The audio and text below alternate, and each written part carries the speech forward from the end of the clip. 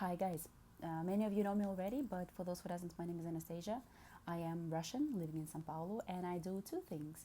I work at this English school. It's a famous franchise where I teach kids and teenagers, but also I'm part of another English school with some disruptive methodologies called Flipping Idiomas.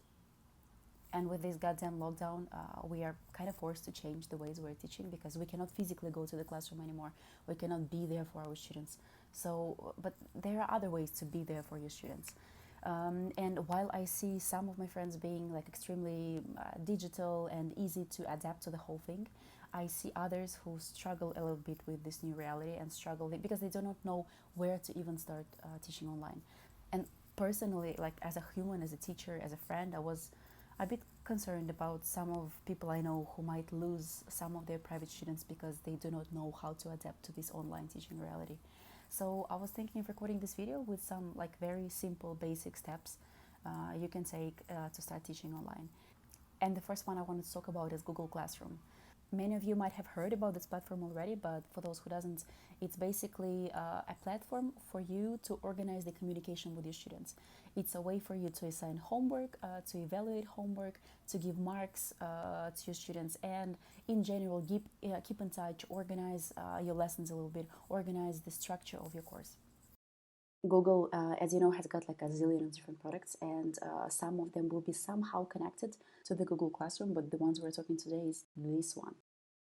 But in order for you to create the account in Google Classroom, you must have a Gmail because basically you create like one profile for all the Google products. If you already have a Gmail, you can use your own. If you do not have it yet, you, I'm afraid, will have to create a new Gmail account. So you go to the main page, google.com, and click on this Gmail button. You basically create the new account, fill in all those fields, and it will ask you to insert your phone to verify it later, blah blah blah. You insert all the information, and this is how your Gmail is going to look like. This is where you're going to get all your mail, you know. And with this account you've created for the Google, you will be able to access Google Classroom. And how do you do that? Have a look at the right side. There is this little bar, and just click on it and click on Google Classroom. There, so this is how the space looks like. And here, the more classes you create, a class can be either an individual private student or like the entire class. They will all appear in here. So the first thing you need to do is create your group. It doesn't have to be a group, it can be a private student, but still it's called group. You can call it like whatever you want. I called my Beyonce. So, and you insert all the information. Some of it is optional, but like the name of the class has to be there. And this is how it looks like for you as a teacher. It has 4 different tabs. I think in English they're called like stream, activities, people, and marks. In Portuguese it's like mural, atividades, pessoas, and notas. Guys, if anything, I'm terribly sorry for my Portuguese because like I'm not Brazilian, you know. So this is a class you've created for your students. In the first tab called Mural, it's basically like a Facebook news feed where you're going to see all the activities you've created for your students in kind of like a chronological order. So there's going to be the latest one, the previous one, up to like the very first one. The first thing you need to do is add your student or students to your classroom. And for that, you go to the Pessoas tab and you click on this tiny person with a plus sign. And here you'll need to insert your student's email. Again, for students to be able to use Google Classroom, they have to have a Gmail account. So if they do not, they'll have to register as well. You insert your student's email, click invite, and this is what the student gets. He opens his or her email, and there's going to be an invitation to join the classroom. Students open the email, clicks on the join button, and this is what the student sees. He says stream, mural, classwork, atividades, and people, pessoas. For students, it's going to be exactly the same way. Here, he or she is going to see all the assignments you created for this student. And this is what you as a teacher are going to see when your student finally accepts the invitation. So it's going to appear like instead of being gray, it's going to become colorful. So what do you do then? You like clearly have to assign something to do for the students for the next class, like some kind of a homework. For that, you go to atividades and criar. So you can assign different things. You can assign an activity, a quiz, just some random question. You can attach material, or even, for example, if you are teaching two students and they are of the same level, and you somehow create like a somewhat similar assignment, you can take the entire material from one student and post the entire thing to the second student. It's called reusing the post. It's reutilizar postagem. Once you click on the create new activity, that is what you're gonna see. Basically, you can name somehow your activity, like mine is gonna be present perfect. And then you can give instructions like, hi Beyonce, for the next class, please watch this video. And then I ask a question. The video is gonna be about why books are here to stay. It's a TED Talk video. And then I'm asking a question like, oh, do you believe books are here to stay? And then I'm going to ask a student to write his or her answers in the document attached. And like there are different things. As students can like imagine it's the same thing as creating like a Facebook post, but for one individual subscriber. It's like basically the same thing. The student will be able, for example, to comment on your assignment, or if you want like his answer to this question that you assign being a bit more like complete, you can create like an entire document where the student's going to write like complete answer to the question you've asked. And again, like all those things you are doing, like have a look. If you're adding something, you're adding a Google something from Google Drive, you're adding a link, an archive, a YouTube video. Like many of those things are somewhat Google products. Like imagine there you have like one Google account, and from this one Google account you can use different services they provide. You can use an email, you can use Google Classroom, you can use the cloud that is called Google Drive. You can use like as regularly on your computer you create like documents, like Word documents, Excel documents. Google has all those things, but they are online. They will not be physically on your computer, but they will be somewhere in the cloud. They will be on the Google Drive. I don't know if I'm explaining very well, but like if you do have any questions, just I don't know, get in touch with me, comment in here, like get in. I'm gonna post some content, so just feel free to get in touch with me in any way, okay? Like for example, in this case, I wanna ask my students to watch the video I found on YouTube. So I'm gonna attach a link from YouTube. I'm gonna find the video on YouTube first, then copy the link and then paste it here. Or if you want, you can just go straight to like this YouTube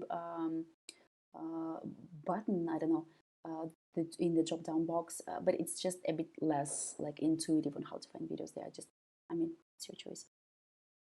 But anyway, you copy the link, you find the video on YouTube, and you paste it here. It's going to look like this eventually. It's a bit more like visual for the students, so they can, I don't know, have like a little thumbnail of the video, and then like the name, how long it lasts, like 3 minutes. It's a quick one. I can probably do it. Anyway, that's it. And here in the instructions, for example, you're asking a student to write his or her answers in the document stage. So you need to attach the document. And remember what I was talking about, the like Google having different services. So this is what I was talking about. Documentos is basically a Microsoft Word. Apresentações is basically the PowerPoint presentation. Planilha is the Excel one. Desenhos formulários, I mean, it's all the Google products, okay? So, for example, if you want your students to answer your question and to type his or her answers in there, it's probably better to create like a document. So you click on it and that's what you see. Basically, whenever you create something in Google Classroom, it kind of creates a copy, like a reserve on your Google Drive. So everything that you're creating in Google Classroom will be saved somewhere in your Google Drive and you'll be later able to find it. So that is how it looks like. Have a look. This one is a document without the name, a documento sem título. So you can type something. You can say, oh, it's a present perfect video extra.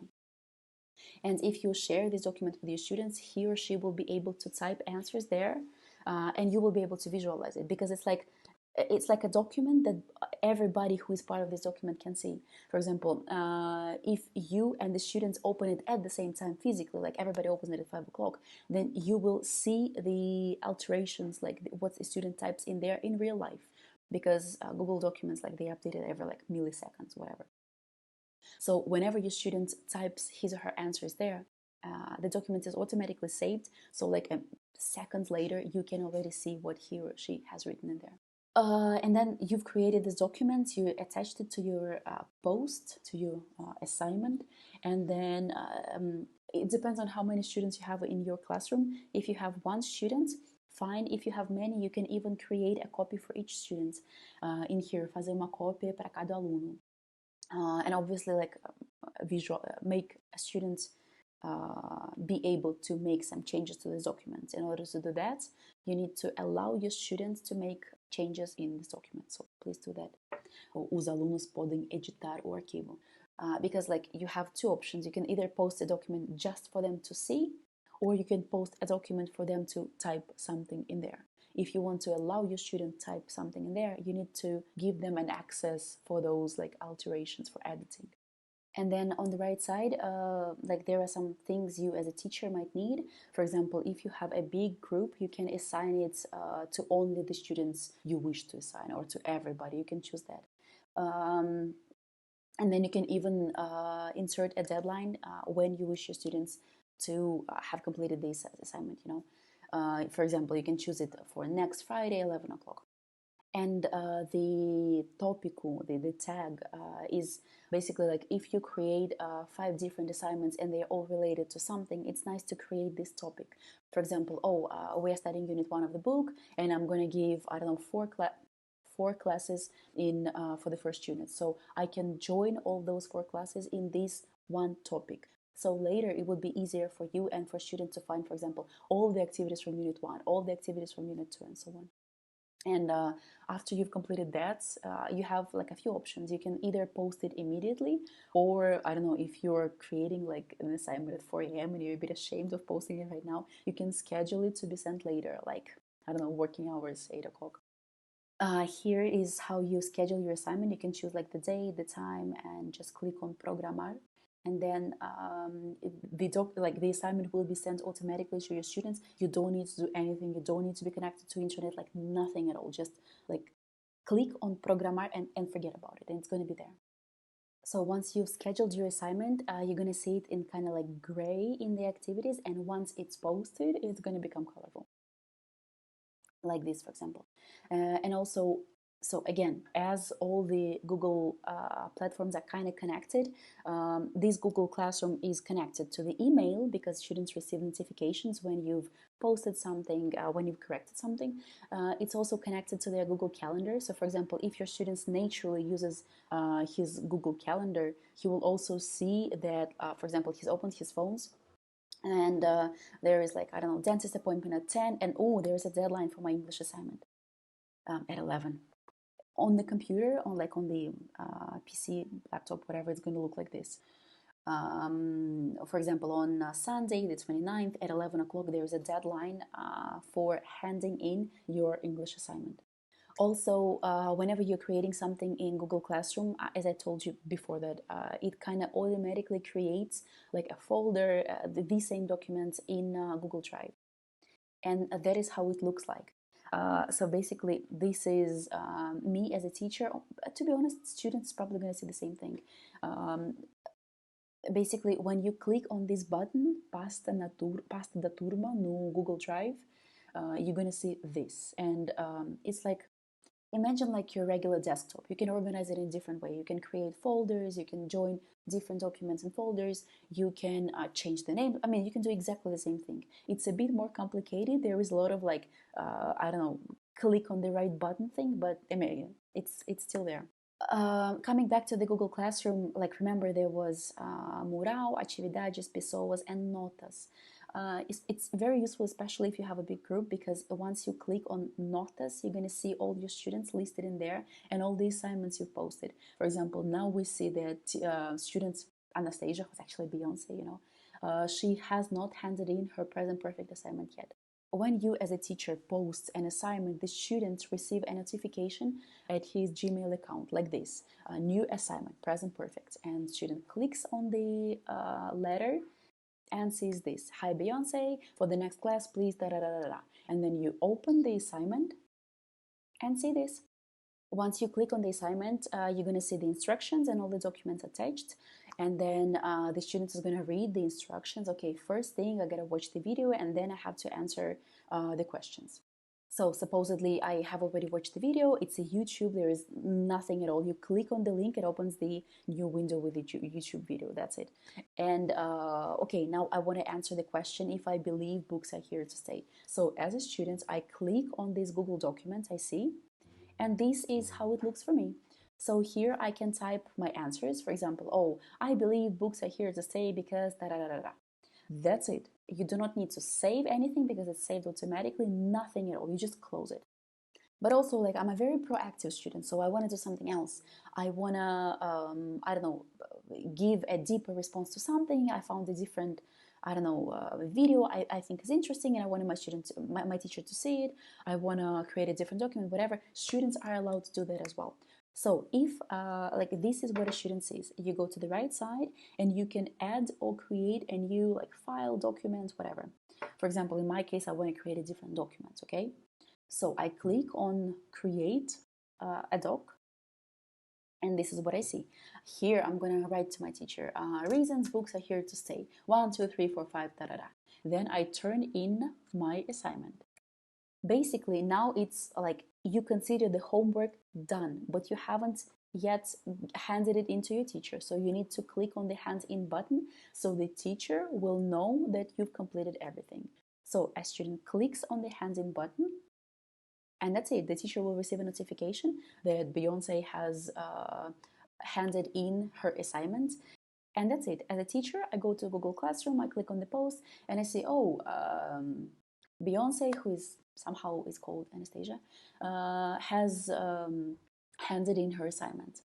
I open the document, the shared one, and I see that she has written her answer in here. So I can, on the right side, have a look. You can edit, so you can correct the whole thing, or you can suggest a better option. Suggesting is kind of better because it's easier to visualize what exactly you have corrected. So, for example, if you had chosen editing, it would have been all in black. But now as you're choosing a suggestion option, see it has like different colors. So for students, it's a bit more visual to see what exactly is different and where exactly they've made a mistake. But then remember, I was so proactive as a student that I also created a different document and attached it. I can also see that and have a look. I'm opening the document and I like it. I don't want to correct anything, but I wanted to add like a little comment because I'm curious why it's this or that. So on the right side, there is little like cross.